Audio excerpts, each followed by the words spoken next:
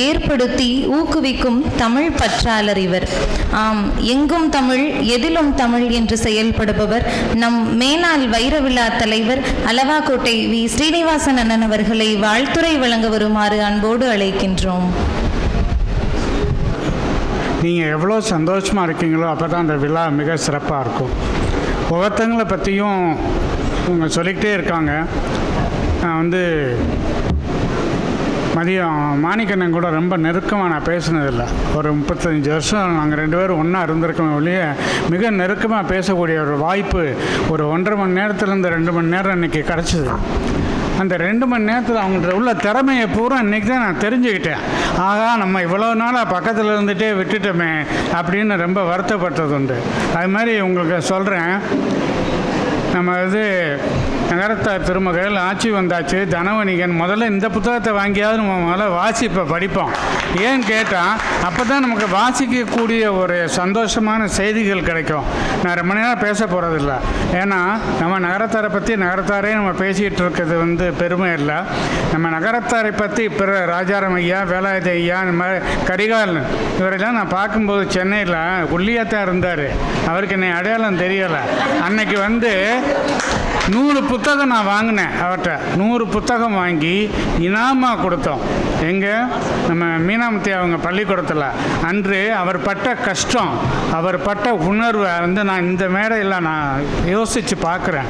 இன்றைக்கி ஒரு 5000 புத்தகம் அந்த ஐயா ஆர்டர் கொடுத்துருக்காருன்னா அவருக்குள்ள அதிர்ஷ்டம் வேறு யாருக்குமே இருக்காது. அது மாதிரி நம்ம நகரத்தார் எல்லாருமே நம்ம ரொம்ப குறைச்ச பேர் தான் இருக்கோம். ஒரு 40,000-50,000 பேர் தான் இருக்கோம். இதில் ஒரு 10,000 பேர் இந்த புக்கை வாசித்தாலே நம்ம சந்ததிகள் ஃபுல்லாகவே வளரும் அப்படிங்கிறத சொல்லிக்கிறேன். புக்கை பற்றி எல்லாருமே சொல்லுவாங்க, நான் புக்கை பற்றி ரொம்ப சொல்ல விரும்பலை.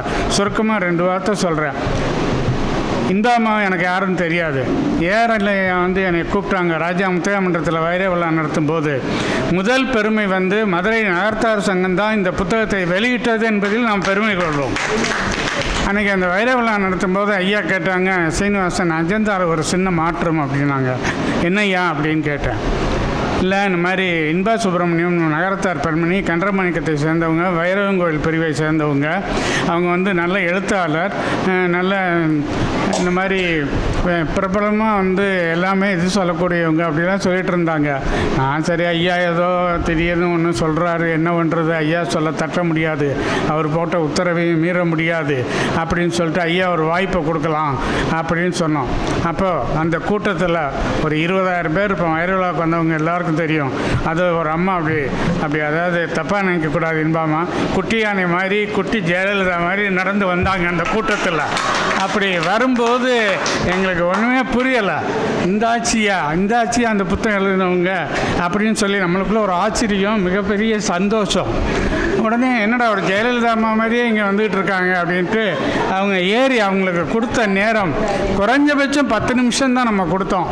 அந்த வைரவிழா ஜெயிச்சிச்சு. ஒன்று மதுரை நகரத்தார் சங்கத்துக்கு, 2வது இன்பா சுப்பிரமணியம் ஆட்சி ஜெயிச்சாங்க. அந்த வையாசி 19ங்கிற ஒரு புத்தகம் எழுதுனதுனால அதனால் அவங்களுக்கு இந்த இடத்துல நன்றியையும் இதையும் நான் சொல்லிக்கிறேன். சரி, இந்த புத்தகத்தை எப்படி அவங்க கொண்டு போய் சேர்க்குறது அப்படின்னு அவங்களுக்கு தெரியல.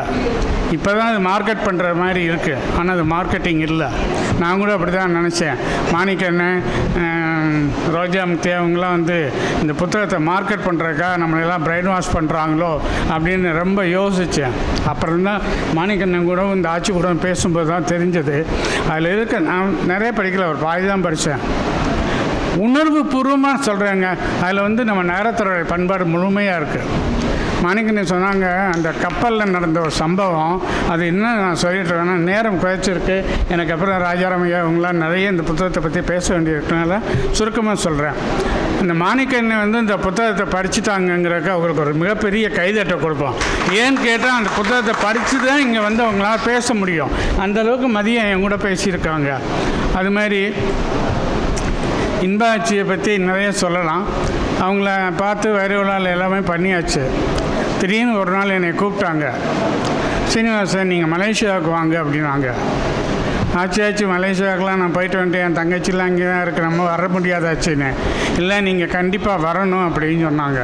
என்னடா இந்த ஆட்சி இப்படி தொல்லை பண்ணுறாங்களே மலேசியாவுக்கு கூப்பிட்டு அப்படின்னு சொல்லிவிட்டு ஏதோ மனசில் பட்டும் படாமல் சரியாச்சு வர்றேன் அப்படின்னு ஒத்துக்கிட்டேன்.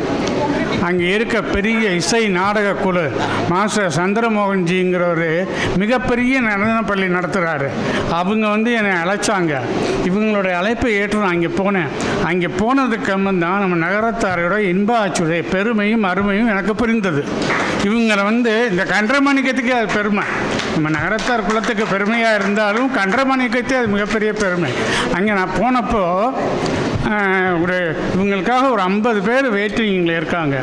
நான் கேட்டேன், அம்மா இவங்க வந்து நான் ஆச்சின்னு கூப்பிட்டு பழக்கம் இல்லை, அம்மான்னு கூப்பிட்டே பழகி இப்போவும் அம்மான்னு தான் கூப்பிடுவேன். அது அந்த ஜெயலலிதா அம்மா கூப்பிட்டதுனாலே ரொம்ப தெரியலை, இவங்களையுமே அம்மானே கூப்பிட்டேன். இப்போவும் அம்மானே ஆயிடுச்சு. அங்கே போனால் ஒரு 50 பேருடைய குடும்ப கஷ்டங்கள் இவங்கள்ட்ட சொல்கிறாங்க. இவங்க வந்து ஒவ்வொருத்தங்களுக்கும் அதுக்கு வழிகாட்டினாங்க. அது வந்து இன்னும் எனக்கு ரொம்ப இதாக இருக்குது. அந்த வழிகாட்டுதலில் ஒரு 10 குடும்பம் என்னை மதுரையில் வந்து பார்த்துட்டு போயிருக்காங்க. இது வந்து உண்மை, நான் சொல்வது வந்து எதுவுமே பொய்யில்லை, நிதர்சனமான உண்மை. அந்த 10 குடும்பமே மதுரைக்கு வந்து என்னை பார்த்தாங்க. நான் சொன்னேன், அம்மா என்னம்மா, இல்லை அவங்க வந்து சொன்னது பூராமே உண்மை அப்படிங்கிறாங்க மாதிரி நீங்கள் இவங்களை பயன்படுத்துங்க. நமக்கு இவங்களுடைய இதை வந்து இன்னும் நம்ம சொல்லலை. அவங்க பேச்சில் தயவுசெய்து அம்மா நீங்கள் என்ன பண்ணுறீங்கிறத நம்ம மக்களுக்கு நீங்கள் தயவுசெய்து கண்டிப்பாக சொல்லணுங்கிறது இந்த மேடையில் அன்போடு கேட்டுக்கிறேன். அதை நம்ம பயன்படுத்திக்குவோம். என்கிட்ட சொல்லுவாங்க, சீனிவாசன் உங்கள் உடல்நிலை இன்னும் 3 மாதத்தில் கொஞ்சம் கோளாறாக இருக்குது பார்த்துக்குங்க. நாங்கள் இந்த மாதிரி ஒரு வேலையே இல்லை, ஃபோனில் போய் இப்படி சொல்லுது அப்படின்னு. ஆனால் அது சொன்னது உண்மை. போன மாதம் டிசம்பர் 4 எனக்கு ஆஞ்சியோ 4 பண்ணிட்டேன். உடனே அம்மா என்னம்மான்னு, அதான் நான் சொன்னேனே பார்த்துக்கிறேங்க உங்களுக்கு ஒரு இது இருக்குன்னு அப்படின்னு. அந்த மாதிரி கரெக்டாக கணிக்கக்கூடிய ஜாதகக்காரங்க கிடையாது. நான் சொல்கிறத வந்து நீங்கள் சைக்காலஜி இது பூரா அது மாதிரி அவங்களே நம்ம பயன்படுத்திக்கணும்னு இந்த மேடையில் நான் கேட்டுக்கிறேன். இப்போ வந்து முதல்ல இந்த நன்றி சொல்லக்கூடியது யாருக்குன்னா இந்த சங்க தலைவர் வைரவன் என்னை பற்றி உயர்வாக சொன்னார். எனக்கு 2 குணம் இருக்குதுன்னு இங்கே இருக்க எல்லாருக்குமே தெரியும். ஒரு குணம் கோவப்பட்டுருவேன், தப்புனா தட்டி கேட்டுருவேன். 2வது குணம் பாராட்டுறதுக்கு தயங்கவே மாட்டேன். இந்த மதுரை நகரத்தார் சங்கத்துக்கு நாங்களும் வழிகாட்டுதல் இருந்தோம். ஆட்சி வந்தாச்சு என்ன எல்லோரும் மாணிக்கணன் இந்த கட்டடமே கட்டி கொடுத்தாங்க. அப்போ வந்து திடீர்னு வைரவனோட வந்து சண்டை போடுவேன் மீட்டிங். அது சரியில்லை இது சரியில்லை அப்படிலாம் சண்டை போடுறதுனால எல்லாருமே என்னை வந்து ரோதியாக பார்ப்பாங்க. நான் சண்டை போட்டதுனால தான் இன்றைக்கி இந்த சங்கம் இவ்வளோ உயர்வாக வந்ததுன்னு நான் பெருமையோடு அவங்கள்ட்ட சொல்லிக்கிறேன். ஏன்னு கேட்டால் நம்ம ஒவ்வொரு தடவையும் எதிர்ப்பாளர் மாதிரி நம்ம காட்டணும். அவங்க அதனால தான் மிக சிறந்த ஒரு நிலைக்கு வந்தாங்க. இன்றைக்கி வந்து அவங்க காசி தலைவராக நிற்க போகிறாங்க. நம்ம எல்லாருமே அவரை சப்போர்ட் பண்ணுவோம். நம்ம மதுரை நகரத்தார் சங்கத்தில் எப்படி பண்ணாரோ அது மாதிரி அங்கேயும் பண்ணுவார்னு ஒரு நம்பிக்கையோடு இருக்கும். அது மாதிரி அவங்க கூட இருக்கிற நிர்வாகிகள் அனைவருக்கும் இந்த நேரத்தில் எனது நன்றியும் பாராட்டு சொல்லிக்கிறேன். அப்புறம் சொல்லிடுவாங்க, நீங்கள் வந்து தலைவர் மட்டும் சொல்லிட்டு போயிட்டீங்க, எங்களையெல்லாம் சொல்லலைன்னு. அதனால் அவங்களுக்கும் எங்களுடைய நன்றியும் பாராட்டுகளும். எம்சி மாணிக்கண்ணன் வந்து உள்ளூர் தான், அவங்கள பற்றி விரிவாக சொல்லலை. நான் இன்னும் நெருங்கி அவங்களோட பலன்னு வச்சுருக்கேன். அதுக்கப்புறம் மேலும் பல ஆட்சி தலைவி நான் தலைவர் அப்படி தான் இருந்தோம். அப்போ வந்து கூட நான் அண்ணன்கிட்ட வந்து ரொம்ப நெருங்கி பேசலை. இன்றைக்கெலாம் பேசும்போது அவங்கள்ட்டலாம் எவ்வளோ பண்பட்டவங்கிறது இன்றைக்கி தான் நமக்கு புரிஞ்சது. அப்போ ராஜா வலிக்கண்ணா எனக்கு முதல் எதிரி அவங்க தான். எப்படின்னு கேட்டால் மதுரைக்குள்ளே வர்றாங்க, முதல் நகரத்தார் திருமகள்னு ஒரு பத்திரிக்கையை கொண்டுக்கிட்டு உள்ளே வர்றாங்க. வரும்போது நான் கேட்குறேன், என்னாச்சு உங்களுக்கு எதுக்காச்சு இந்த பத்திரிக்கைலான்னு. அப்போ அவங்க சொன்னாங்க, எங்கள் அப்பா வந்து இந்த மாதிரி புக்கு வச்சு பெருசாக பண்ணாங்க. அப்போ இவங்க அப்பாவோட வேல்யூ தெரியலை. இன்றைக்கி அவங்க அப்பாவுடைய கதையெல்லாம் மதியம் ஒரு 2 மணி நேரம் சொன்னாங்க. நம்மளாம் இந்த குடும்பத்தில் போய் பிறக்கலையேன்னு நான் ரொம்ப வருத்தப்பட்டேன். அப்படி ஒரு சிறந்த ஒரு தந்தையுடைய மகள் அவங்க. அந்தளவுக்கு அவங்க வந்து மிகப்பெரிய பாராட்டுதலுக்குரியவங்க. அதைத்தான் நான் வந்து எதிரின்னு சொன்னேன். போட்டியாளர் நமக்கு அவங்களாம் அந்தளவுக்கு வர்றாங்க. இப்போ அவங்க புதல்விக்கு கல்யாணம் இருக்குது. அதுக்கு வந்து இவ்வளோ இதுலேயும் வந்து இந்த விழாவுக்காக வந்திருக்காங்க அப்படின்னா இன்ப ஆட்சிக்காக இல்லை, இன்பஆட்சிக்காக வரல. அவங்க படித்த ஒவ்வொரு நுணுக்கத்தையும் உணர்ந்து வந்திருக்காங்க. அவங்களுக்கு வாழ்த்துக்களும் பாராட்டுகளும். அடுத்து ராஜாராம் ஐயாவை பற்றி சொல்லவே வேண்டாம், எல்லாருக்கும் நல்ல ஊரறிஞ்சவங்க, அவங்களுக்கு ஒன்றும் தேவையில்லை. இன்பா சுப்பிரமணியாச்சு 2 வார்த்தை சொல்லிட்டேன், கடைசியாக சொல்லிடுறேன். அவங்க மருமகள் வந்து சாய் வந்திருக்காங்க, அவங்களுக்கும் நம்ம பாராட்ட சொல்லிடுவோம். அது போக வந்து இவங்க வந்து கண்டமாணிக்கத்தில் வந்து கோயில் நிர்வகிக்கிறாங்க. அதில் முழுமையாக கண்டமாணிக்க நகரத்தார்கள் நிறைய ஈடுபட்டு எல்லா காரியங்களும் செய்தாலும் கூட நம்ம எம்சிஎன் மாணிக்கமும் இவர்கள் குடும்பத்தாரும் சேர்ந்து மிகப்பெரிய திருப்பணியை செய்து கொண்டிருக்கிறார்கள். அவர்களுக்கு நன்றியும் பாராட்டையும் இந்த இடத்துல நம்ம சொல்லிக்கிறோம். அது போக மாணிக்கண்ணன் என்று சொன்னாங்க, சீனிவாசன் எனக்காக ஒரு சின்ன ஹெல்ப் பண்ண முடியுமா அப்படின்னாங்க. என்னென்ன உங்களை கேட்டு 1000 பேர் உதவி கேட்டு வருவாங்க, நீங்கள் என்கிட்ட சொல்கிறீங்களேண்ணே அப்படின்னு கேட்டேன். அப்போ சொன்னாங்க, இந்த மாதிரி வேலாயுத ஐயா வந்து நமக்கு நெருங்கியவங்க, அவங்களுக்கு மதுரையில் நம்ம அந்த சிறந்த பட்டம் கொடுக்கணும் அப்படின்னு சொன்னாங்க.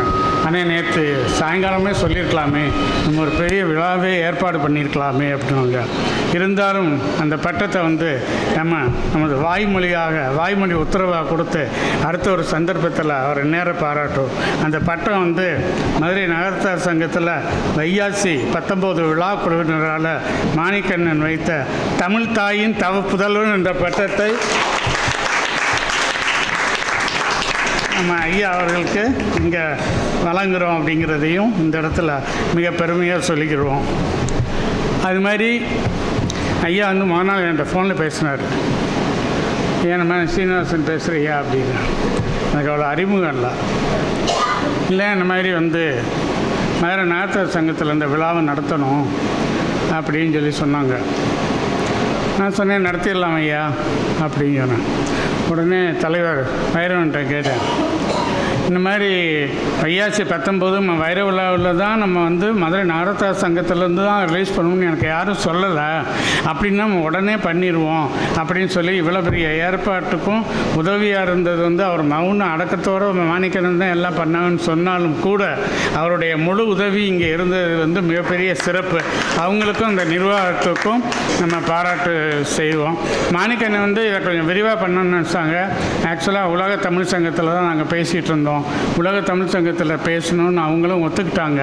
இருந்தாலும் ஒரு நகரத்தார் பெண்மணி ஒவ்வொரு ஊர் நகரத்தார் சங்கத்திலையும் பாராட்டினா தான் நமக்கு பெருமை என்பதை கூறினார்கள். அதையும் ஏற்றுக்கிட்டு அவங்கள இந்த இடத்துல கூட்டு வந்து நம்ம பாராட்டுறதுக்கும் இந்த வையாசி 19 இன்னும் விரிவாக எல்லோரும் சென்று அடைவதற்கும் உங்கள் எல்லோரும் இவ்வளோ நேரம் பேச்ச நகைச்சுவை இல்லை, பேச்ச கேட்டவங்க அனைவருக்கும் நன்றி கூறி வருவங்களுக்கு வழிவிட்டு விடைபெறுகிறேன். நன்றி, வணக்கம்.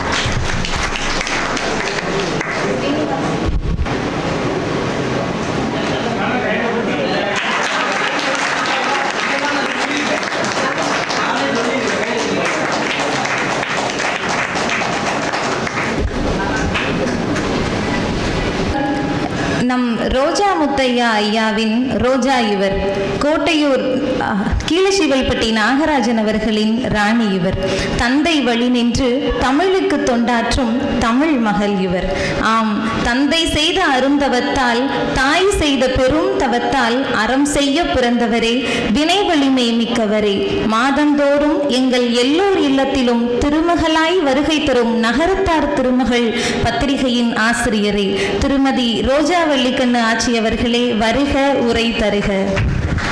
ஆச்சி அவர்களுக்கு வள்ளிக்கண்ணு மாணிக்கம் ஆச்சி அவர்கள் சிறப்பு செய்வார்கள்.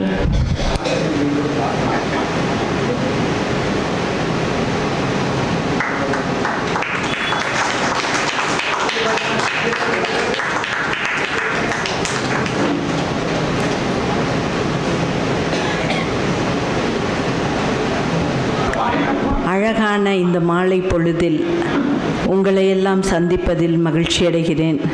த்ரோட்டு கொஞ்சம் கரகரன்னு தான் இருக்கு.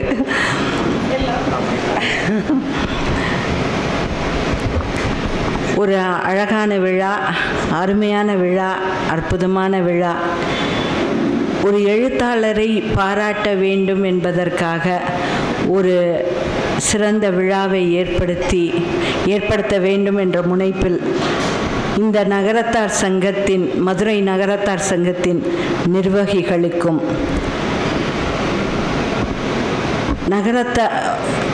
மதுரை வாழ் நகரத்தார்களுக்கும் குறிப்பாக நகரத்தார் சங்க தலைவர் திரு வைரவன் அவர்களுக்கும், எம்சிஎன் மாணிக்கமன்னன் அவர்களுக்கும், அளவாக்கோட்டை சீனிவாசன் அவர்களுக்கும் ஒரு மிகச்சிறந்த பாராட்டு. ஒரு சினிமாவை பாராட்டக்கூடிய சமூகம், ஒரு சினிமாவை கொண்டாடக்கூடிய சமூகம், ஒரு கவிஞரை பாராட்டக்கூடிய சமூகம், ஒரு விளையாட்டு வீரரை அங்கீகரிக்கக்கூடிய சமூகம் ஏன் ஒரு எழுத்தாளரை கௌரவப்படுத்த தவறுகிறது என்ற ஒரு மிகப்பெரிய ஏக்கத்தை கலைத்தது, முதலாக கலைத்தது கோயம்புத்தூர் நகரத்தார் சங்கம். அங்கு ஒரு மிகப்பெரிய விழாவை ஏற்படுத்தி சிறப்பாக ஒரு மாதத்திற்கு முன்பாக மிகச்சிறப்பாக ஒரு விழாவை நடத்தியது. திரு வேலாயுதம் ஐயா அவர்களின் முயற்சியாலும், செல்லகணபதி அண்ணன் அவர்களின் முயற்சியாலும் இந்த விழா மிகச்சிறப்பாக நடந்தது. அந்த கோயம்புத்தூர் நகரத்தார் சங்கத்தின் தலைவர் திரு சுந்தரேசன் அவர்கள் அந்த விழா மேடைக்கு வரும்போது அவருக்கு ரொம்ப பதபதப்பாக தான் இருந்திருக்கு. கூட்டம் வருமா, ஒரு புத்தகத்தின் அறிமுக விழா, இதுக்கு கூட்டம் வருமா, ஒருத்தரை பாராட்டுற விழா, நம்ம சங்கத்தில் சகஜமாக நடக்கக்கூடிய ஒரு விழாக்களுக்கு கூட்டம் வரும், ஒரு புத்தகத்தை அறிமுகப்படுத்தக்கூடிய விழாவிற்கு கூட்டம் வருமா, எப்படி நடத்தப் போகிறோம் என்ற ஒரு கலக்கத்துடன் தான் வந்தார்கள். ஆனால் அவர்கள் அங்கிருந்து கீழே இறங்கி சொல்லும்போது மிகப்பெரிய மகிழ்ச்சியுடன், மனநிறைவுடன் சென்றார்கள். காரணம் என்னன்னா, ஒரு மிகப்பெரிய கூட்டம், 2.5 மணி நேரம் 3 மணி நேரம் கூட்டம், அங்கே இங்கே அசையவே இல்லை. நாங்களே பார்த்துக்கிட்டே இருக்கோம், சாப்பிட்ற நேரம் கூட கடந்தாச்சு, கூட்டம் அசையவே இல்லை, கூட்டம்லாம் நின்று பார்த்துட்டு இருக்காங்க. ஒரு அற்புதமான விழாவை நடத்தினார்கள். ஆனால் இது அன்னைக்கே பேசினாங்க, இந்த விழா மதுரையில் தான் நடக்கணும்னு. காரணம் என்னன்னா, மதுரையில் நடக்கக்கூடிய அத்தனை விழாக்களும் வெற்றி விழாவாக கொண்டாடப்படும். காரணம், இந்த மதுரையில் வாழும் மக்களுக்கு முன்னால் இந்த மீனாட்சி அம்மனுக்கு அருகில் இருக்கக்கூடிய இந்த நகரத்தார் சங்கத்தில் நடக்கக்கூடிய விழாக்கள் அத்தனையும் வெற்றி விழாவாக கொண்டாடப்படுகிறது. அதுதான் உண்மை. அதற்கு இந்த மக்கள் அத்தனை பேருக்கும் நன்றிகளும் பாராட்டுகளும். இந்த விழா இது புத்தக அறிமுக விழான்னு சொன்னாங்க. இது அறிமுக விழா 8 வருஷத்துக்கு முன்னாடியே அறிமுக விழா முதலாக மதுரையில் தான் நடந்தது. அடுத்த விழா தான் கோயம்புத்தூரில் நடந்திருக்கு. முதல் விழா மதுரையில் வைர விழா தலைவர் திரு அளவாக்கோட்டை சீனிவாசன் அவர்கள் மிகச்சிறப்பாக அந்த விழாவை நடத்தினார்கள். மரியாதைக்குரிய உச்சநீதிமன்ற முன்னாள் நீதிபதி திரு ஏஆர் ஐயா அவர்கள் தலைமையில் இந்த விழா மிகச்சிறப்பாக நடைபெற்றது. அப்பொழுது இந்த புத்தகம் அறிமுகம் செய்யப்பட்டது திருமதி இன்பா சுப்பிரமணியன் அவர்களால். அதனால முதலாகவே இது அறிமுக விழா. இன்னைக்கு இத்தனை பேரும் படித்து, இத்தனை பேரும் ரசித்து, இத்தனை பேரையும் ரசித்து படிக்க வைக்கக்கூடிய ஒரு பாராட்டு விழாவாக இது கருதப்பட வேண்டும். அடுத்ததா இன்பா சுப்பிரமணியன் அவ்வளோ அருமையாக எழுதியிருக்காங்க இந்த புஸ்தகத்தை. அதாவது சினிமா காட்சி மொழி என்றால் கதை, கவிதை, நாவல் எல்லாம் உணர்வு மொழி. ஒரு அழகான வாழ்வியலை அற்புதமாக சிந்தாமல் சிதறாமல் அழகூட்டி தந்திருக்கிறார் இன்பா சுப்பிரமணியன். அவருக்கு அரங்கம் நிரம்பிய கரகோஷத்துடன் கூடிய ஒரு பாராட்டை தர வேண்டும்.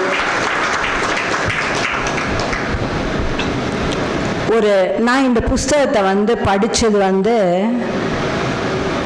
வைர விழா தலைவர் அந்த புஸ்தகத்தை வைர விழாவின் போது ஏதோ ஒரு ரிடக்ஷன் ரேட்டில் கொடுத்தாங்க. 500 ரூபா புஸ்தகம். நான் 10 புஸ்தகம் வாங்கினேன். ஒரு புஸ்தகம் எனக்கு ஏஆர்எல் அவர்கள் எனக்கு அன்பளிப்பாக கொடுத்தது. இந்த 10 புஸ்தகத்தையும் நான் என் நண்பர்கள் எல்லார்கிட்டையும் ஒன்று கொடுத்தேன். 11வது புஸ்தகம் எனக்கு ஏஆர்எல் கொடுத்தது. அதில் நான் படிச்சுட்டு எல்லாத்துலேயும் மார்க் பண்ணியிருப்பேன்.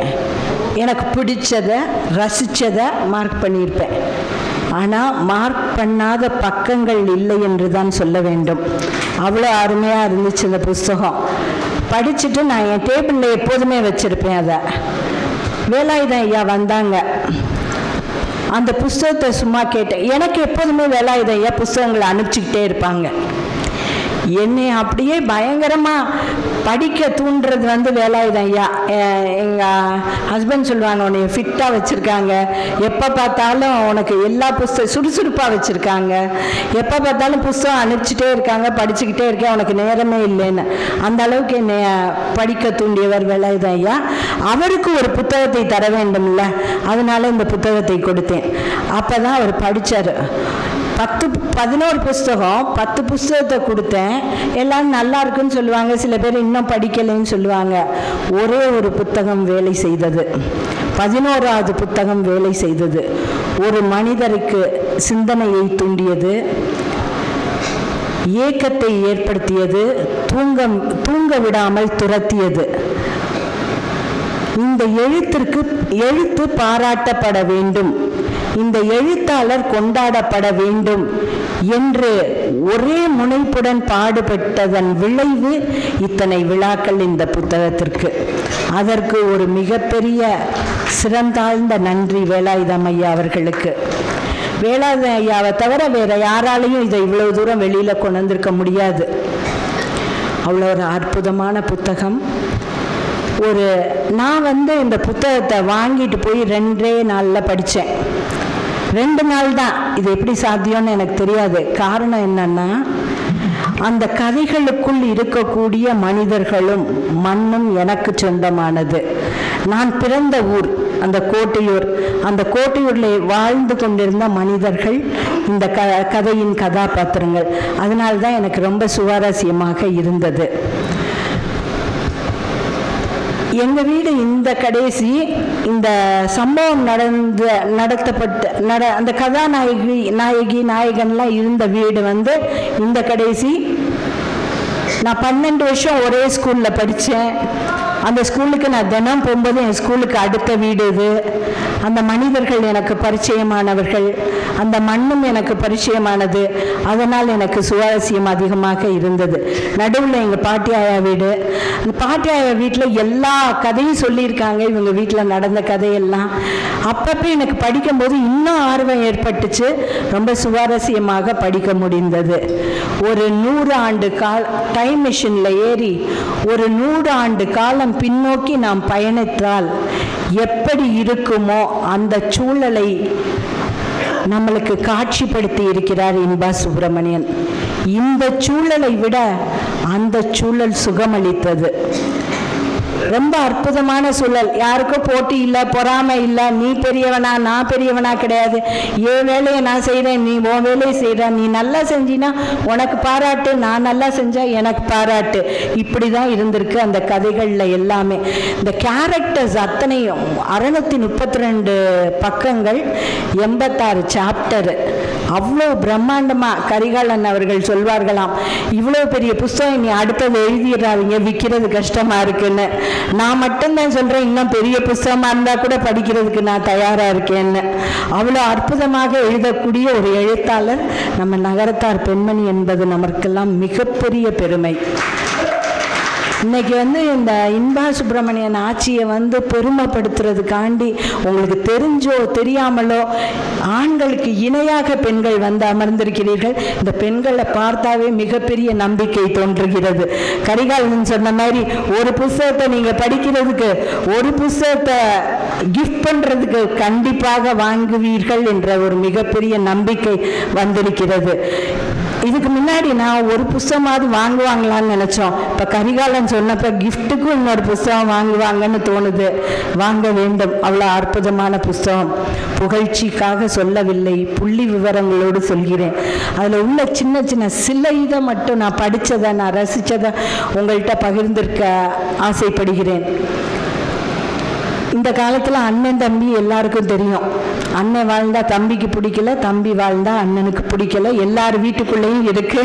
வெளியில சொல்றதுக்கு சில பேருக்கு தயக்கம், சில பேர் சொல்றாங்க, அவ்வளவுதான். ஒரு வீட்டில், கோட்டையூர்ல ஒரு வீட்டில் அப்பத்தா இருக்காங்க. அப்பத்தாக்கு 2 பையங்க. அந்த 2 பையனில் ஒரு பையன் இல்லை, ஒரு பையன் இருக்காங்க. அவங்களுக்கு பிள்ளை குட்டிங்கள்லாம் இருக்குது. ராமையா அடைக்கப்பன்கிறது அவங்க பிள்ளைங்க. அந்த பெரியவருக்கு பிள்ளை இருக்குது. அந்த பிள்ளையோட பிள்ளை வந்து பேத்தி, சின்ன பிள்ளை, கல்யாணம் ஆகி போயிட்டு கொஞ்ச நாளையில் வீட்டுக்கு வந்துடுது. அதுக்கு அந்த பிள்ளையோட ஹஸ்பண்ட் வந்து கொஞ்சம் இதுவாக ஏறுறாங்க. அதுக்கப்புறம் அந்த பிள்ளைய எடுக்கிக்கணுன்னு தான் எழுதியிருப்பாங்க. அழகான சொல் வழக்கில் இதெல்லாம் வந்துடுது. அந்த பிள்ளை வந்தோன்னே தன்னோட பேரன் பேத்தி மாதிரி இவங்க அப்பத்தா, மீனாட்சியோட அப்பத்தா தன்னோட பேரன் பேத்தி மாதிரி வச்சுருக்காங்க. அந்த பிள்ளையும் மீனாட்சிக்கு கல்யாணம் ஆக போகுது, மீனாவுக்கு கல்யாணம் ஆக போகுதுன்னு எந்த ஒரு பொறாமையும் கிடையாது. அதை அழகாக பார்த்து ரசிக்குது. அந்த மீனாக்காவுக்கு என்னென்ன தேவையோ அதெல்லாம் இந்த பிள்ளை கொண்டு போய் கொடுக்குது.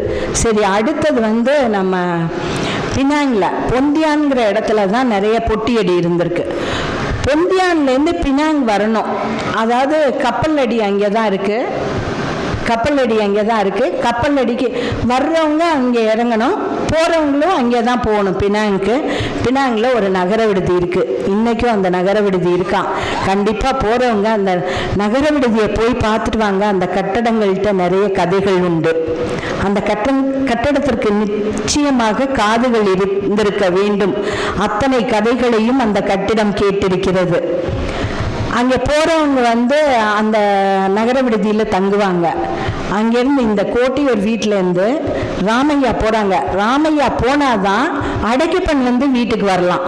ஏன்னா அண்ணன் போனாதான் தம்பி வரணும். அந்த வீட்டு கடை பொட்டியடி அவங்க பார்க்கணும். அடுத்த ஆளுன்னு ஒன்று வச்சுருப்பாங்க நம்ம நகரத்தார. அதுதான் செந்தியல்னு ஒரு கேரக்டரு. இதில் இருக்க அத்தனை கேரக்டரும் நல்லவங்கப்பா. இன்னைக்கு நம்மளுக்குள்ளே நான் நல்லவனா நீ நல்லவனான்னு இருக்கோம். நம்மளும் 100% நல்லவங்க கிடையாது. ஆனால் இந்த கேரக்டரில் அத்தனை பேரும் நல்லவங்களா இருக்காங்கங்கிறது தான் பெரிய ஆச்சரியமாக இருக்குது. அண்ணன் போயிட்டாங்க, தம்பி வரணும். தம்பி வந்து அவங்கள ரிசீவ் பண்ணுறதுக்கு வர்றாங்க அந்த நகர விடுதிக்கு. நைட்டு பூரா தூக்கம் இல்லை. காலையில் போய் எல்லாரும் படுத்திருப்பாங்களாம். கீழே சமையல், மாடியில் எல்லாரும் தங்குற இடம். மொத்த பொட்டியடியும் மேலே இருக்கும், மொத்த பொட்டியடியும் கீழே இருக்கும். பகலில் ஒருத்தர் மாற்றி ஒருத்தர் போய் சாப்பிட்டு வருவாங்க. இதெல்லாம் நம்ம கேள்விப்பட்டிருக்கோமா? இப்படிலாம் இருக்கும்னு. இதை படிக்கிறப்ப அவ்வளோ சுகமாக இருக்குது. இவ்வளோ ஒற்றுமையாக இருந்திருக்கோமே அப்படிங்கிற ஒரு மிகப்பெரிய சுகம் நம்மளுக்கு இருக்குது. அந்த பொட்டியடி இவங்க கிளம்பி போகணும். காலையில் ஏர்லியாக எந்திரிச்சிடுறாங்க. எந்திரிச்சதுக்கப்புறம் கீழே எப்படி போகிறாங்கன்னா, மற்ற பொட்டியடி ஆட்களுக்கு வந்து சத்தம் கேட்டு எழுந்துடாம எதாவா போகிறாங்களாம். மரப்படி சத்தம் கேட்கும். மற்றவங்க யாருக்கும் தொந்தரவு கொடுக்க கூடாதுங்கிறப்ப இன்னைக்கு வந்து நம்ம படுத்திருக்கும் போது அன்னை வீடு படுத்திருந்தா டங்கு டங்கு டங்கு டங்குன்னு தான் நடந்து போவோம். இந்த சத்தம் கேட்டு அவங்க எந்திரிக்கணும்னு. தொந்தரவே எவ்வளோ பெரிய உயர்ந்த பண்பு அது. சத்தமே இல்லாமல் கீழே இறங்கி போய் குளிச்சு, பல்லு விளக்கி குளிச்சு, அதுக்குள்ளேயும் போய் அடுத்த ஆள் செந்தியனை போய் காடி எடுத்துகிட்டு வந்துடுறாங்க. காடின்னா டாக்ஸி எடுத்துகிட்டு வந்துடுறாங்க. கீழே போகிறாங்க.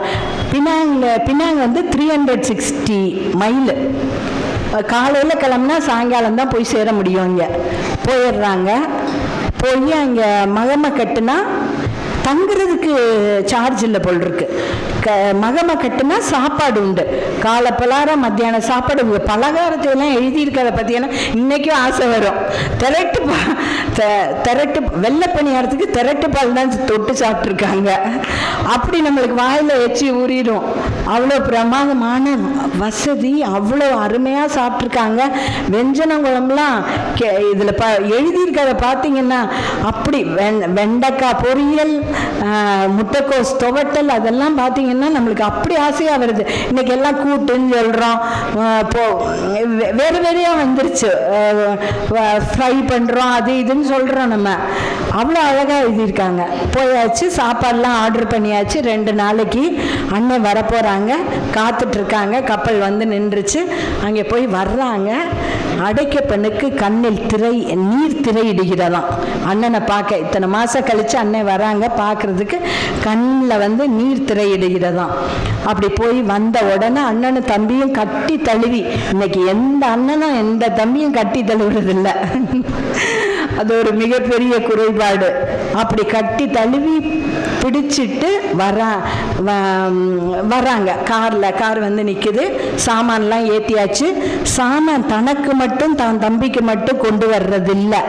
அந்த பொட்டியடியில் இருக்கக்கூடிய அத்தனை நகரத்தார்களுக்கும் அவங்க வீட்டிலேருந்து எல்லாம் சாமான் கட்டி கொடுத்து விட்றாங்க. எல்லாம் ஏற்றியாச்சு வண்டியில்.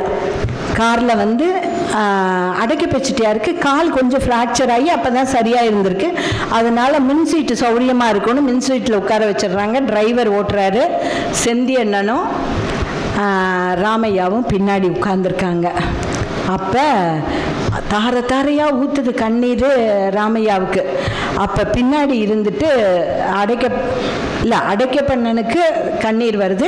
ராமையா சொல்கிறாங்க, இப்படி அழுகக்கூடாதுப்பா, சமாதானம் ஆயிக்க, இவ்வளோ அழுகிறியே, அழுகாத, நான் தான் வந்துட்டேனே அப்படிங்கிறாங்க.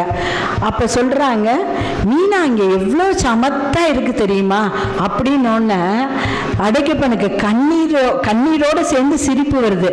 பின்னாடி திரும்பி அண்ணன்கிட்ட கேட்குறாங்க, மீனா என்னெல்லாம் பண்ணுறா அண்ணே அப்படின்னு கேட்குறாங்க. மீனா நல்லா இருக்காளா, எப்படி இருக்கா, என்ன ஏதுன்னெலாம் கேட்டு விசாரிச்சோன்னே அடைக்கப்பண்ண ஒரு நிமிஷம் வண்டியை நிப்பாட்ட சொல்லி அந்த டிரைவரை வந்து கீழே இறங்க சொல்லி, செந்தியனை கூட இருக்க செந்தியனை கொஞ்சம் இறங்கி நில்லுப்பா அப்படின்னு சொல்லிட்டு டிரைவரை இறங்கி சொல்லி அண்ணன் முன்னாடி டிரைவர் சீட்டில் போய் உட்காந்துக்கிட்டு தம்பி கையை பிடிச்சிட்டு, அண்ணன் என்ன நினைக்கிறாங்கன்னா பசி, ஏன்னா கப்பலில் 5 நாளைக்கு உணவு கிடையாது, சத்து மாவும் மாவுருண்டையும் தான், அதைத்தான் 5 நாளும் சாப்பிட்டு வரணும் தண்ணியை குடிச்சிட்டு. இங்கே இறங்கினோன்னு பசிக்கும்ல, அதனால் இங்கேருந்து போகும்போதே இட்லி பலகாரம்லாம் ரெடியாக வைக்க சொல்லிட்டு போயாச்சு. ஹாட் பாக்ஸ் இருக்காது, அதனால் சுட சுட இந்த டைமில் வருவோம் பண்ணி வைங்கன்னு சொல்லிட்டு போயாச்சு. அது வர்றதுக்குள்ளேயும் நம்மளுடைய பசியை காட்டிலும் அவருடைய மனப்பசி, தம்பியோட மனப்பசி அதிகமாக இருக்கிறது என்று சொல்லி அந்த டிரைவரையும் அந்த கூட வந்த செட்டியாரையும் இறக்கி விட்டு பக்கத்தில் போய் தடவி கொடுத்து ஆறுதல் சொல்கிறாராம். எத்தனை ஒரு அழகான பண்பு! இதை எவ்வளோ அழகாக எழுதியிருக்காங்க, அற்புதமாக எழுதியிருக்காங்க. இன்னொன்று சொல்கிறேன் அடுத்ததா. அதாவது கடல் கடந்து போகிற ஆம்பளைங்களுக்கு வந்து இங்கேருந்து அனுப்பக்கூடிய ஆச்சிங்க, ஆத்தா, அப்பச்சி அனுப்பக்கூடிய இந்த கடதாசி தான் அவங்கள குடும்பம் நடத்த வைக்குமா. இங்கேருந்து போகிறப்ப புள்ள பிறந்திருக்கும். அந்த புள்ள வந்து தவக்க ஆரம்பிச்சிருக்கு, நடக்க ஆரம்பிச்சிருக்கு. அதுக்கு முன்னாடி உள்ள பையன் பள்ளிக்கூடத்துக்கு கொண்டு போய் சேர்த்துருக்கு. அதுக்கு முன்னாடி உள்ள பொண்ணுக்கு பாடம் சொல்ல ஆசிரியர் வர்றாரு, வாத்தியார் வர்றாரு. அதுக்கும் முன்னாடி இருக்கக்கூடிய பொண்ணு சமயத்தக்கன இருக்கு, இன்னொரு பொண்ணு கல்யாணத்துக்கு ரெடியாக இருக்கு அப்படின்னு சொல்லி அவங்க கடதாசி எழுதும்போது அந்த நினைவுகளோடையே பயணிப்பாங்களாம். அந்த 1 மாதம் பூரா அடுத்த கடிதம் வர்ற வரைக்கும் அந்த இப்படி தான் ஒரு எழுத்தாளர் எழுதுவாங்க. நம்மளாக இருந்தால் கூட அப்படி தான் எழுதுவோம். ஆனால் அக்கா எப்படி எழுதியிருக்காங்க தெரியுமா? அந்த கடிதத்தில் இருக்கக்கூடிய உயிரெழுத்தும் மெய்யெழுத்தும் அவர்களை உசுரை பிடிச்சிக்கிட்டு வாழ வைக்குதான் அப்படின்னு எழுதியிருக்காங்க. நம்ம சாதி ஜனங்களை விட்டு தனியாக போய் இருக்கக்கூடிய ஆண்களுக்கு இந்த கடதாசி, இந்த ஊர்த்தாக்கல், இந்த வாழ்வு முறைகள் தான் அவங்கள வந்து பச்சை பசேல்னு வதங்கிடாமல் பச்சை பசேல்னு உயிர்ப்போட வாழ வைக்குமா அப்படின்னு எழுதியிருக்காங்க இவங்க. எவ்வளோ அழகான எழுத்தோவியம் இல்லை?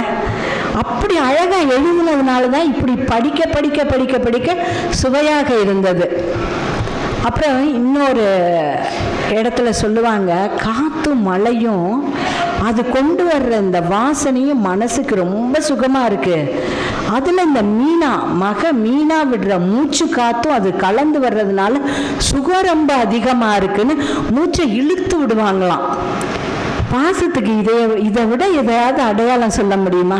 எவ்வளோ அழகான பாசம்! பாசத்தின் வெளிப்பாடு இது. அப்படி இருப்பாங்களாம்.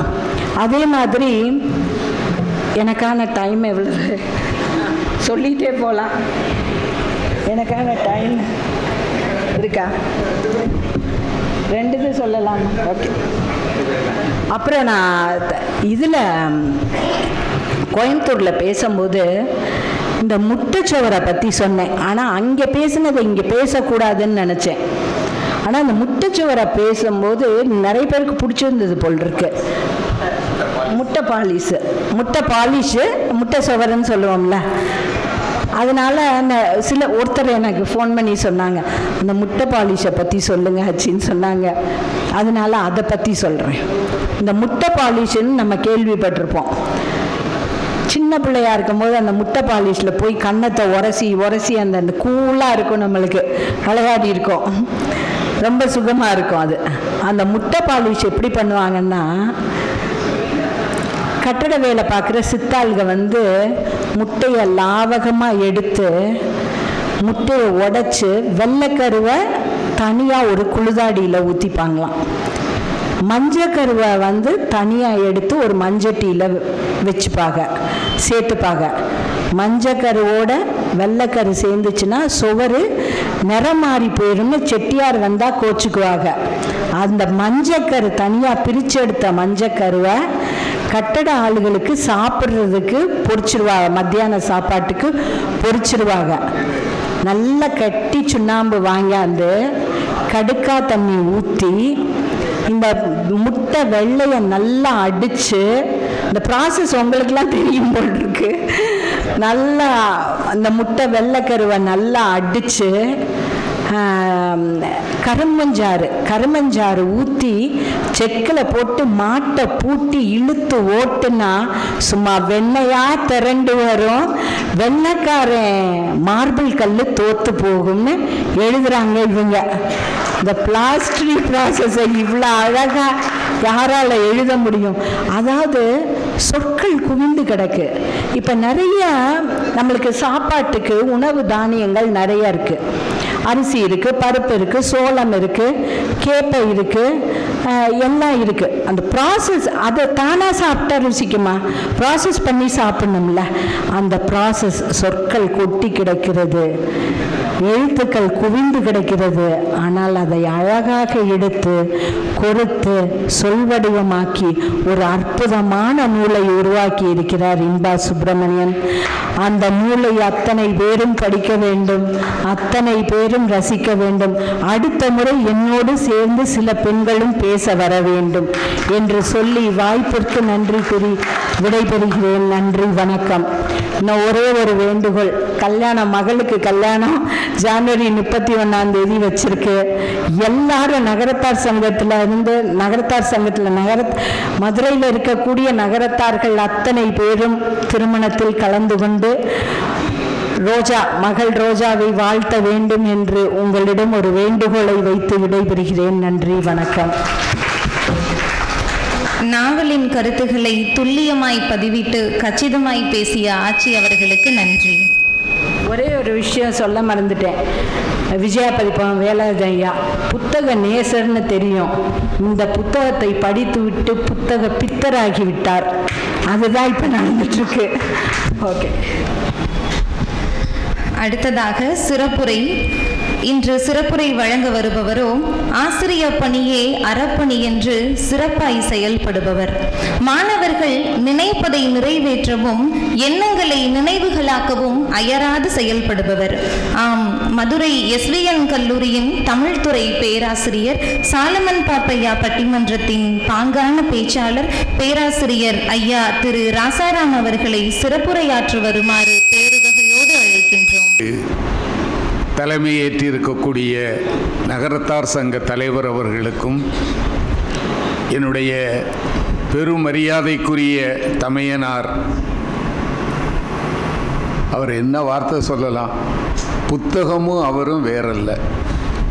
ஐயா விஜயா வேலாயுதம் அவர்களே, மேடையில் இருக்கக்கூடிய போற்றுதற்குரிய பெரியோர்களே, தமிழில் நிலைத்து நிற்கக்கூடிய ஒரு புதினத்தை தந்த மரியாதைக்குரிய அம்மா இன்பா சுப்பிரமணியன் அவர்களே, என் முன்னே இருக்கின்ற அறிவார்ந்த அவையோரே, என் பணிவின் வணக்கம்.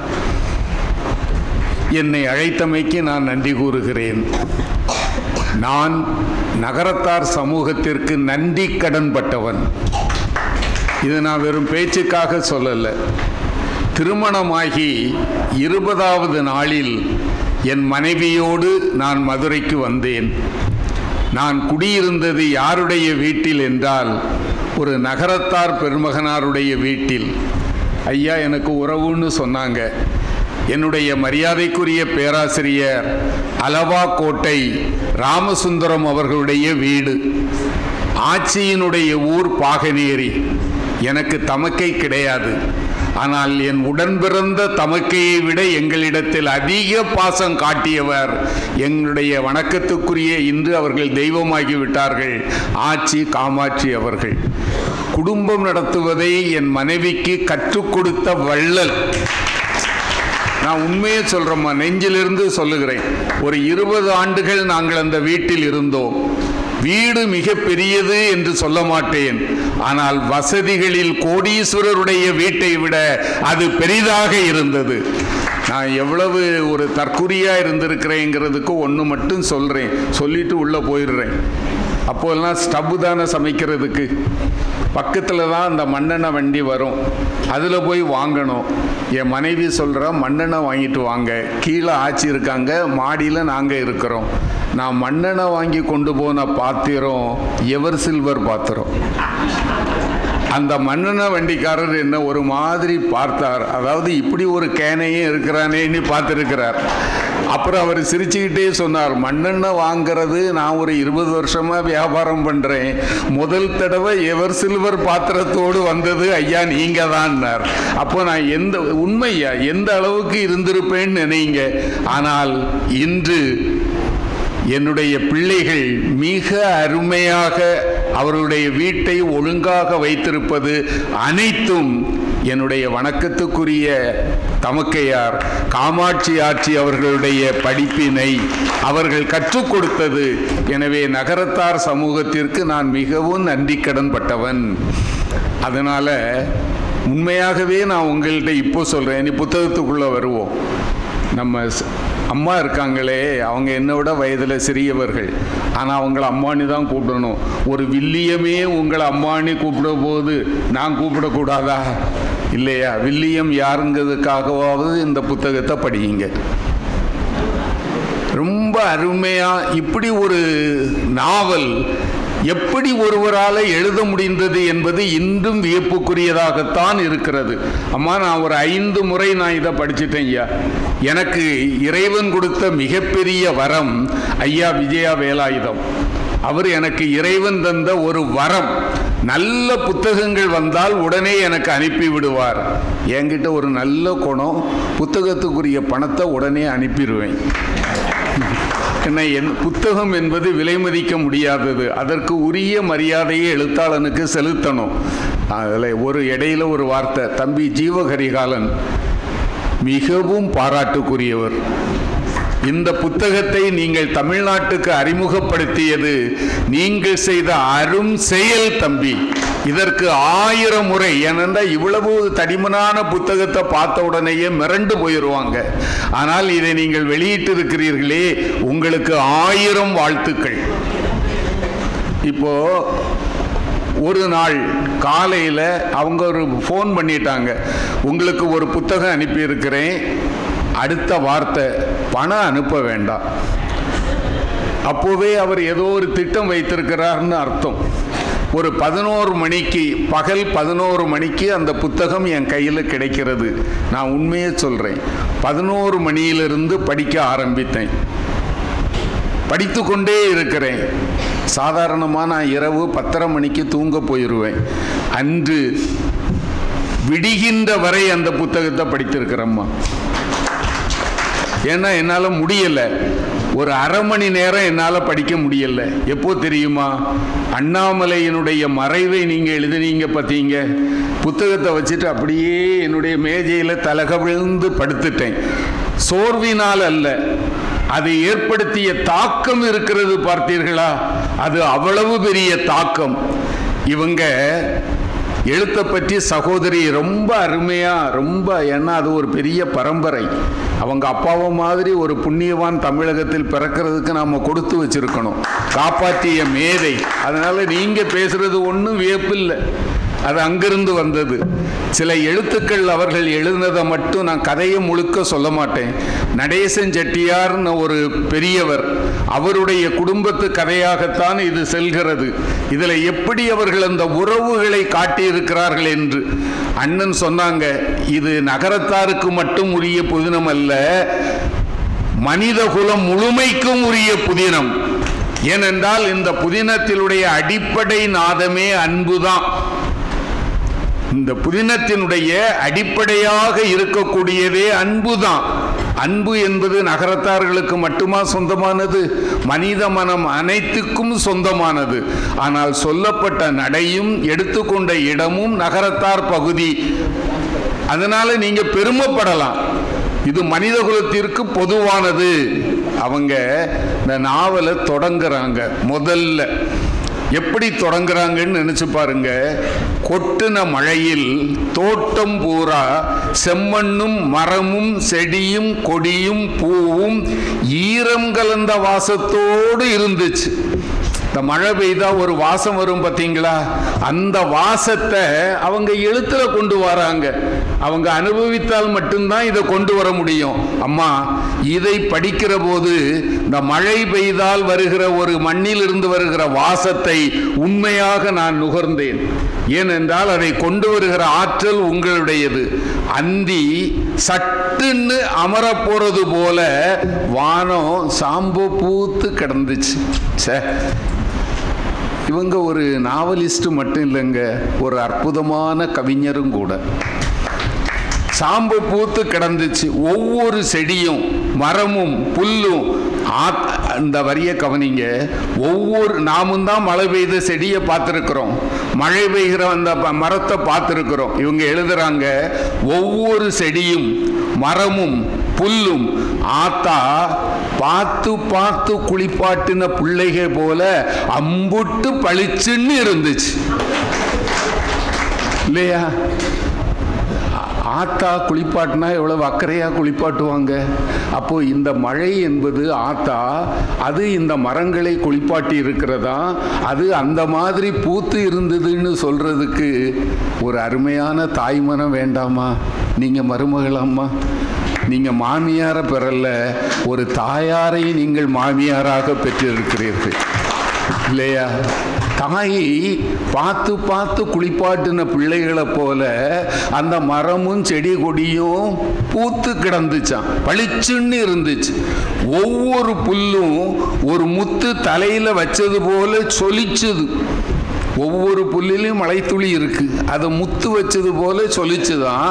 கிளைக்கு ஒரு பறவையா பூத்து கிடந்தது வேப்ப மரத்துல. பறவை பூவாக மாறுமா? ஒவ்வொரு வேப்ப மரத்திலையும் பறவைகள் பூத்து கிடந்துச்சு என்று சொல்வதற்கு ஒரு அற்புதமான ரசனை வேண்டும். அந்த அற்புதமான ரசனையை அன்னை மீனாட்சி உங்களுக்கு தந்திருக்கிறாள். எனவே நீங்கள் தொடர்ந்து எழுதுங்கள், உங்கள் ரசனை எங்களை பாதிக்கிறது இல்லையா? இப்போ நான் அந்த நாவல்ல ஹீரோன்னு யாரையும் தனியாக சொல்ல முடியாது, ஆனால் அண்ணாமலை தான் நம்ம ஒரு ஆள் சொல்லணும் இல்லையா? அதற்காக அண்ணாமலை. அந்த நாவல் முழுக்க வரக்கூடிய பாத்திரம் மீனாட்சி என்கிற மீனி ஆட்சி தான். ரொம்ப அருமையாக சொல்லுவாங்க, சீம சமத்தி. அந்த சீம சமத்திங்கிறது உங்களுக்கே உள்ள ஒரு சொல்லாட்சி இல்லையா? ரொம்ப அருமையான தமிழ் நகரத்தார்கிட்ட தாங்க இருக்கு.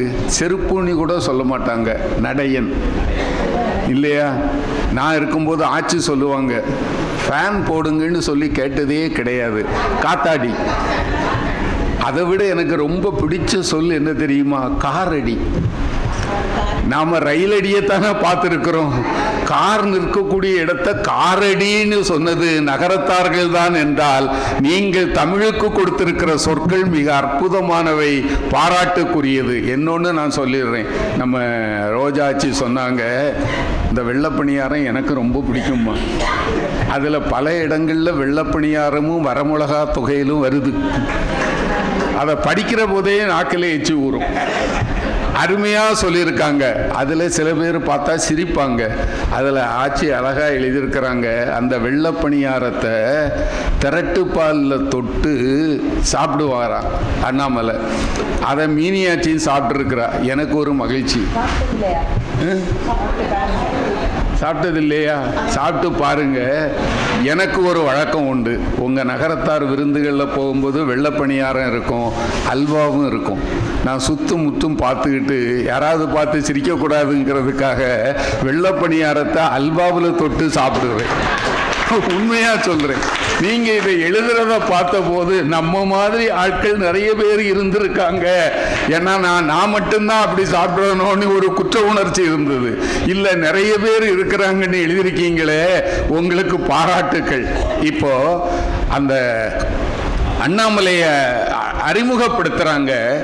இந்த ஆள் உங்கள் கண்ணு முன்னால் அப்படி வர்றாரா இல்லையான்னு பாருங்க. ஆளும் தோரணையும் மனுஷன் கம்பீரந்தேன். கம்பீரந்தான் இல்லை, கம்பீரந்தேன் இல்லையா? அதுதான் செட்டிநாட்டு பாஷை. கம்பீரந்தான். வச்ச கண்ணு வாங்காம பார்க்குறாப்புல அப்படி ஒரு நிறமும் அழகும். இன்னைக்கு இருந்தா 25 அல்லது 26 வயசு இருக்கலாம். இப்போ உங்க கண் முன்னால ஒரு ஆண்மகன் வந்து நிற்கிறாரா இல்லையா? 4 வரிகளில் ஒரு ஆணை கொண்டு வந்து நிறுத்தக்கூடிய திறன் அவர்களுடைய பேனாவிற்கு இருக்கிறது என்றால் அதுதான் அவர்களுடைய ஆற்றல், பெருமை. இப்போ சில மனுஷ மனங்கள் எப்படி இருக்குன்னு காட்டுறாங்க. மீனி ஆட்சி பெரியவாகிறா. அதிலிருந்து தான் இந்த கதை தொடங்குது. நான் முழுக்க உள்ள போகலை. அவளுக்கு எப்படி அந்த சடங்கு, அதை அனுவல்னு சொல்கிறீங்க அப்படித்தானம்மா? அந்த அனுவல்னு சொல் வேற எங்கள் இதில் எதுவுமே கிடையாதுங்க. நான் அங்கே தான் முதல்ல பார்க்குறேன். ஒரு விசேஷத்தை சொல்லுகிற போது அனுவல்னு சொல்கிறீங்க இல்லையம்மா? அதை பார்க்கும்போதே மகிழ்ச்சியாக இருந்து எப்படி நடக்குதுன்னு சொல்லி, அதில் ஒவ்வொருத்தருக்கும் என்ன பங்கு. இந்த உக்ரானம் பார்க்கறதுக்கு, அந்த இதை பார்க்கறதுக்கு ஒரு பொண்ணு வருகிறா, தேனம்மை. தேனுன்னு கூப்பிடுறாங்க. அந்த பாத்திரம் நம்ம கண் முன்னால நிற்குது. ஒரு காட்சியில் வந்துட்டு போகிற பாத்திரம் தான். அந்த பெரிய செட்டியார் வந்த உடனே தேனு என்ன செய்கிறாளாம், தூணுக்கு பின்னாலவே ஒளிஞ்சுக்கிறாளாம். ஏன்னா பெரிய செட்டியாருக்கு கொடுக்குற மரியாதை. எந்த மாதிரி அவ எப்படி உக்ரானம் பார்க்குறான்னு எழுதுறாங்க. எல்லாம் சீராக செய்து முடிச்சிட்டு அந்த அனுவல் நிகழ்வு முடிந்த பிறகு அல்வா மீறி இருக்கு. அந்த அல்வாவை துண்டு போட்டு ஒரு வாளியில வச்சு அதையும் பத்திரமா கொடுத்துட்டு போறான்னா எவ்வளவு நுணுக்கமாக ஒவ்வொன்றையும் பதிவு பண்ணுகிறாங்க பாருங்க. நமக்கே அந்த இதுல இருந்து ஒரு அல்வா துண்டு கிடைக்காதான்னு ஒரு நினைவு உருவாக்குறாங்களே, அது ஆற்றல். அதுல அந்த துணி சலவை செய்கிற அந்த அம்மா வர்றாங்க. பேர் உமையா. ஒரு 45-50 வயசு இருக்கலாம். இந்த மீன் ஆச்சி முதல்ல வந்து குளிச்சுட்டு வந்து உட்காருகிற போது ஒரு பாவாடை கட்டிட்டு வராங்க, கெண்டக்கரை பாவாடை. அந்த பெரியாச்சி சொல்கிறாங்க, ஏன்னா அது அந்த சலவை தொழிலாளி அம்மாவுக்கு போயிருமா, உள்ளபடி போட்டுட்டு வா அப்படிங்கிறாங்க இல்லையா? உள்ளபடி அப்படின்னா சுமாராக போட்டுட்டு வான்னு அர்த்தம். உடனே அந்த உமையா சொல்கிறாங்க, ஐயே இருக்கட்டும், இது நல்லா தான் இருக்கு. ஏன்? அவன் மனசுக்குள்ள இந்த பாவாடை நம்ம மகா பேத்திக்கு சரியா இருக்கும் அப்படின்னு ஒரு எண்ணம் வருகிறதுன்னு சொல்றாங்களே. மனித மனத்தை எப்படி பார்க்குறாங்க? உண்மையாவே நகரத்தார்கள் ஒரு நாகரீகம் வாய்ந்த இனம் என்பதற்கு அடையாளம் உங்களுடைய சொற்கள் தாம்மா. பொண்ணு பார்க்க போனா பொண்ணு கொஞ்சம் சுமாரா இருந்தா சுமாரா இருக்குன்னு சொல்ல மாட்டாங்க, உள்ளபடி இருக்கு. இது உண்மைதானே? பொய்யும் இல்லை, புகழ்ச்சியாவும் சொல்லல, உள்ளபடி தானே இருக்க முடியும். பொண்ணு எப்படி இருக்கு? உள்ளபடி இருக்கு. இது எவ்வளவு அப்படித்தானம்மா? உள்ளது போல இல்லை, அழகா இருக்கிற பொண்ணு அழகா இருக்குன்னு சொல்லுவீங்க. கொஞ்சம் சுமாரா இருக்கக்கூடிய இப்போ உங்களை மாதிரி ஆட்களை அழகா இருக்குன்னு சொல்லலாம். சாதாரணமா இருக்கக்கூடிய ஒரு பொண்ணு இருக்கலாம்ல, அது எல்லா இடத்துலையும் இருக்குல்ல. ஆனா பொண்ணு சுமார்னு சொல்ல மாட்டாங்க. இப்போ எங்க வீட்டில எல்லாம் பொண்ணு பார்க்க போயிட்டு வந்தா எப்படிமா இருக்குன்னு சொன்னா இருக்கு அப்படின்னு சொல்றதுலேயே அவங்க சர்டிபிகேட்டை கொடுத்துருவாங்க. ஆனால் நீங்கள் அப்படி சொல்லுங்க, உள்ளது போல இருக்கு, உள்ளபடி இருக்கு அப்படிங்கிறதே ஒரு நாகரீகம். சரி, இப்போ அந்த அடைக்கப்பன் அவர் தான் அந்த மீனாவுடைய அப்பா. அவங்க பெரியப்பா சகோதரி சொன்னாங்கல்ல ராமையா, அந்த 2 பேருக்கு இருக்கக்கூடிய அன்பு அண்ணனும் தம்பியும் எப்படி இருக்க வேண்டும் என்பதற்காக. அதில் ராமையா ஒன்றை சொல்லி வருத்தப்படுறார். அந்த வீட்டில் ஒரு பொண்ணு, சொல்லப்போனால் அவருடைய அண்ணனுடைய பேத்தி தான், திருமணமாகி ஒரு 5 மாதத்திலேயே கணவனை இழந்து வீட்டுக்கு வருது. அதை வைத்து கொண்டு அவங்க ஒரு சமூக சிந்தனையை விதைக்கிறாங்க. நம்முடைய சமூகத்தில் இனிமேல் பருவம் வருவதற்கு முன்னால் பெண்ணை திருமணம் செய்து கொடுக்கக்கூடாது. பெண் பெரியவளாகி சிந்திக்க தெரிந்த பிறகுதான் அவளுக்கு திருமணமாக வேண்டும். நடந்தது என்னவென்று தெரிவதற்கு முன்பே கையில் குழந்தையோடு வரக்கூடிய அந்த நிலை இருக்கிறதல்லவா, அது மாற்றப்பட வேண்டும் என்று சொல்லுகிற போது வெறுமனே ஒரு காட்சியை மட்டும் வகைப்படுத்தவில்லை, ஒரு சமூகத்தை சிந்திக்க தூண்டுகிற எழுத்தாகவும் இந்த எழுத்து இருக்கிறது என்பதை நீங்கள் மறந்து விடாதீர்கள். இது சமூகத்திற்கு மிக தேவையானது. இது அடைக்கப்பன் வாயிலாகவும் பேசுறாங்க, ராமையா வாயிலாகவும் பேசுறாங்க.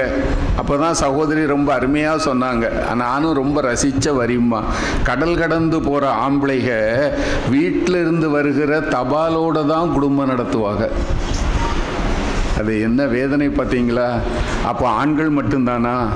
பெண்களை பற்றி அம்மா எழுதுறாங்க, வீடு பெருசாக இருக்கும், 2ஆம் கட்டு, அடுத்த கட்டு, ஆனால் ஒவ்வொரு கட்டிலும் அந்த குடும்பத்து பெண்களுடைய கண்ணீரும் ஏக்க பெருமூச்சும் இருக்கின்றன என்பதை மறந்துவிடக்கூடாது, இல்லையா? 6 வருஷம் 7 வருஷம் கணவனை பிரிந்து வாழுகிற போது அந்த குடும்பத்தில் என்ன இருக்கும்? செல்வம் என்பது வேறு, இந்த நிலை என்பது வேறு, இல்லையா? அதை நல்லா தான் பதிவு பண்ணியிருக்கிறாங்க. அப்புறம் சில வரி, ஒரு தமிழாசிரியனா என்னால் அதை மனசிலிருந்து அகற்ற முடியலம்மா. கப்பலில் அடைக்கப்பனும் அண்ணாமலை செட்டியாரும் அடைக்கப்ப செட்டியாரும் கப்பலில் புறப்பட்டு வாராங்க பினாங்கிலிருந்து நாகப்பட்டினத்துக்கு. அந்த கப்பலில் வந்த யாரோ ஒருவர் 40 வயது இறந்து போகிறார்.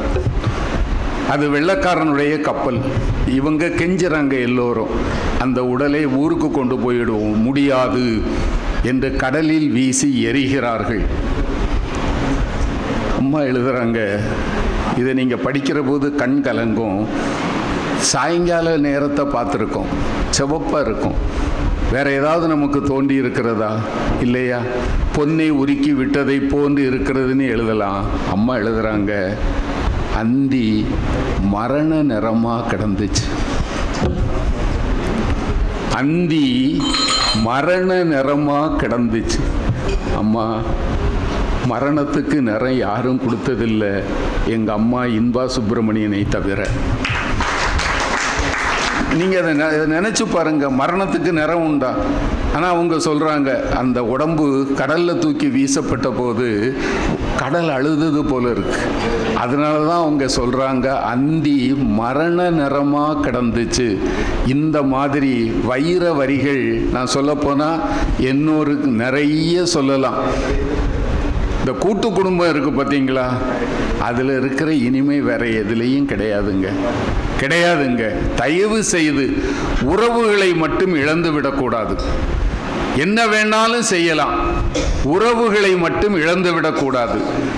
சொத்துக்காக கோர்ட்டுக்கு போகக்கூடிய நிலைமை இந்த நாட்டில் வரக்கூடாது ஐயா. என்னுடைய மாணவர்கள் நீதிபதியாக இருக்கிறாங்க. அதில் பல பேர் சொல்கிறாங்க, ஐயா என்கிட்ட வரக்கூடிய கேஸெல்லாம் அண்ணன் தம்பி கேஸாக தான் இருக்குது. இது யாருக்கு அது யாருக்கு, கடைசியில் என்ன ஆகுது, சொத்து முழுக்க வக்கீலுக்கு போயிடுது. இவங்க 2 பேரும் வெளியில் நிற்கிறாங்க, அவ்வளவுதானே. சரி, கூட பிறந்த அண்ணன், கூட பிறந்த தம்பி கொஞ்சம் விட்டு கொடுக்க கூடாதா? இன்னொரு முறை நாம் சேர்ந்து பிறக்க போகிறோமா? இந்த வாழ்க்கையில் அண்ணன் தம்பி அக்கா தங்கை என்கிற பாசத்தை விடவா இந்த சொத்து பெருசு? இது இன்று வரும் நாளை போகும், ஆனால் பாசம் என்பது அதை விட பெருசு. இப்போ மீனாட்சிக்கு அம்மா கிடையாது, தவறி போயிட்டாங்க.